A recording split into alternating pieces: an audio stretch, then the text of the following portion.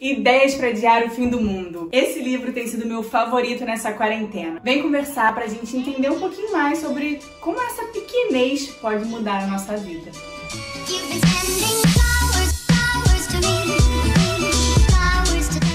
Para começar, se você está chegando nesse canal pela primeira vez, se inscreve aqui, não deixe de ativar o sininho para receber as notificações, deixe seu joinha, os comentários e assiste esse vídeo até o final porque ele está muito interessante. Esse livro é uma parábola dos nossos tempos atuais, escrito por um dos maiores pensadores indígenas que a gente tem hoje em dia, que é o autor, o Ailton Krenak. Esse livro, ele foi, por mais assim que pareça, nossa, ele é pequeno e tudo mais, ele tem um poder enorme. Só pra vocês entenderem, o autor, que é o Ailton Krenak, ele é um indígena do povo Krenak e ele é historiador, militante nas causas indígenas, muito atuante. Então, se você for pesquisar depois na internet sobre o Ailton, você vai descobrir uma riqueza enorme sobre ele. Antes desse livro, eu não conhecia, então assim, além do livro, eu descobri outras fontes também incríveis de conhecimento. Mas aí, voltando aqui pra esse livro, o que eu queria mostrar pra vocês é que, logo que eu comecei a ler, o título já impacta. Ideias para adiar o fim do mundo. E ele foi escrito antes dessa pandemia. Todas as falas do Ailton aqui foram antes de tudo isso que a gente está vivendo. Só que parece que ele estava prevendo o que a gente ia experimentar no contexto atual. E é incrível como, de uma forma sutil, ele vem nos alertando de como a sociedade branca vem se relacionando com a natureza de forma predatória, de forma que vem destruindo tudo. Ele mostra uma visão de um povo indígena, de um povo originário, de um povo que já sofreu e continua a sofrer até hoje.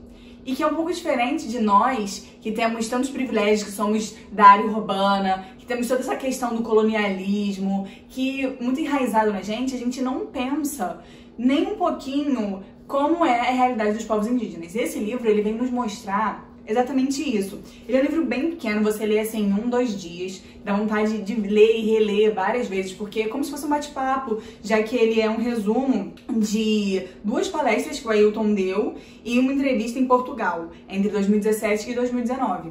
É de fato uma forma como ele tá falando com o pessoal jovem, trazendo essa informação. E assim, eu quero partilhar com vocês em relação a esse livro muito o que eu experimentei na leitura, porque me fez ter uma noção, um conhecimento, adentrar numa realidade que eu não tinha noção nenhuma. Eu zero tinha proximidade com as causas indígenas, era algo realmente muito distante. E quando começou toda essa pandemia, muitas coisas nos fizeram refletir, principalmente em relação às minorias, em relação às pessoas que não têm voz, que estão sendo afetadas diretamente por conta desse desgoverno que a gente vê. Sempre me tocou muito a questão da Amazônia, tudo isso, e aí quando eu comecei a ver muita gente falando desse livro especificamente, eu falei, por que não também me aventurar, comprar e lê-lo, né? É muito fácil de achar, eu comprei na estante virtual, que eu acho bem bacana a gente incentivar acervos online, pequenos negócios, e lá na estante virtual tem. Ele foi bem em conta, assim, acho que com frete, não chegou nem a R$30 comprando, né, com uma entrega. Então já deixo aqui a indicação pra vocês comprarem e terem essa visão, porque o que eu vou conversar agora aqui com vocês é muito do que eu li e do que eu experimentei,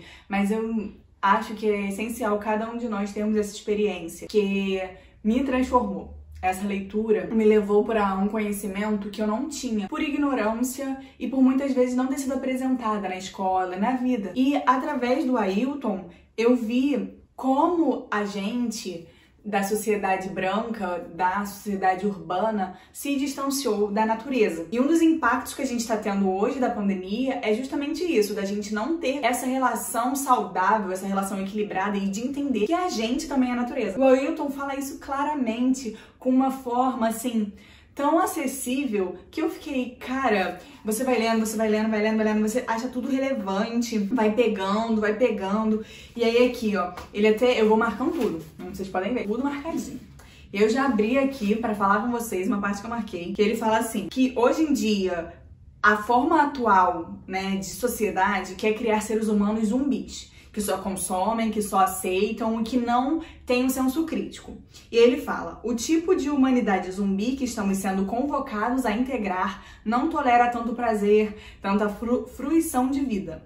Então, pregam o fim do mundo como uma possibilidade de fazer a gente desistir dos nossos próprios sonhos.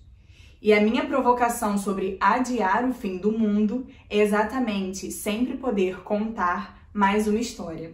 Se pudermos fazer isso, estaremos adiando o fim do mundo. E ele vem trazendo essas possibilidades, como vários mundos já foram sendo transformados, mundos que a gente vive hoje. Daqui a 100 anos atrás, teve uma transformação, a sociedade mudou. Então a gente tem que entender que quando a gente pensa que a gente vai adiar o fim do mundo, é justamente com a esperança de que a gente não pode desistir. A gente não pode cruzar os braços e achar que os problemas estão aí, que a destruição tá aí e que a gente não tem mais o que fazer, que as mudanças climáticas já deram game over. Não, ele vem trazendo um sopro de esperança, um olhar novo. Se a gente trouxer um novo olhar, uma nova oportunidade para isso tudo que a gente tá vendo, aprender um pouquinho com o que a Mãe Terra diz, a gente pode reverter e adiar esse fim de mundo. E vivendo a pandemia, eu aproveitei, já vi alguns vídeos do Ailton falando, algumas lives que ele fez, e vejo ele, um homem que já sofreu tanto em relação à sua terra. Os Krenaks, eles ficam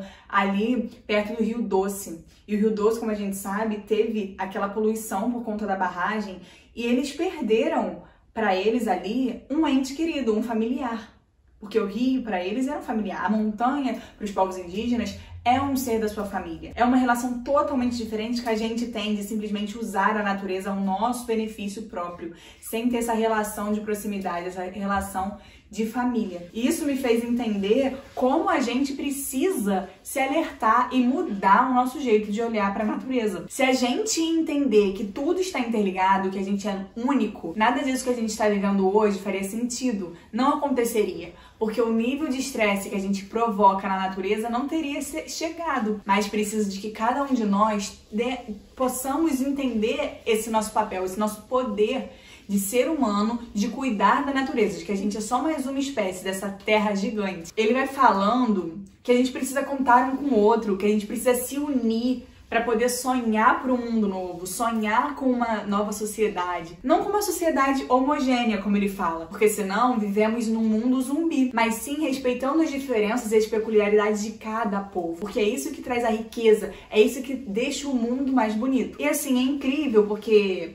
quando eu fui lendo, eu fui me tocando muito de como a gente pensa ser uma humanidade criada por uma economia, de que mostra que a gente tem que consumir, de que a gente tem que ter, pra gente ser feliz. Se a gente simplesmente tem uma natureza equilibrada, se a gente tem uma floresta, se a gente tem um campo, isso por si só, bem preservado, já é a nossa felicidade, já deveria ser. E me tocou muito quando a gente pensa que a gente alcançou a civilização e que a gente mostra que os povos indígenas não são civilizados.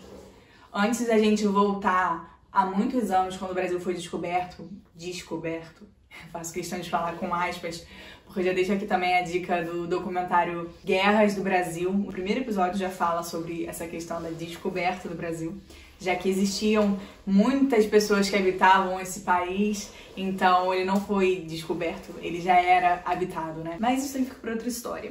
Me fez refletir que se a gente tem uma relação, se a gente aprender com os povos indígenas como nos relacionarmos com a Terra, com o planeta, a gente tem como adiar esse fim do mundo. Então é através das nossas ações, é através da gente se desprender, sair desse comodismo que foi criado por essa sociedade capitalista e entender que tudo está interligado. E que sim, é possível adiarmos o fim do mundo com a nossa criatividade e com a nossa unidade. Então esse livro me transformou. Então vocês podem ver, assim, muitas das minhas ideias hoje foram transformadas e modificadas após essa leitura. Me fez querer estudar mais sobre os povos indígenas, sobre as minorias, sobre tudo isso que a gente tem ouvido, mas que por vezes a gente se afasta, porque tá muito longe, não tem como me afetar. Só que tudo está interligado e precisamos nos unir. E é isso que eu te convido, para que você comente aqui se você já leu esse livro e como foi impactante na sua vida. Se você ainda quer ler, eu vou deixar todas as dicas aqui, tudo isso que eu fui falando, os links, para vocês também mergulharem nesse mundo novo que a gente precisa construir. Então é isso, espero que vocês tenham gostado dessa partilha. Foi bem rapidinha, quis falar um pouquinho. E por fim eu quero terminar com essa frase que está aqui na página 68 do livro. Qual é o mundo que vocês estão agora empacotando para deixar para as gerações futuras? É isso, espero que você seja sustentável e tchau!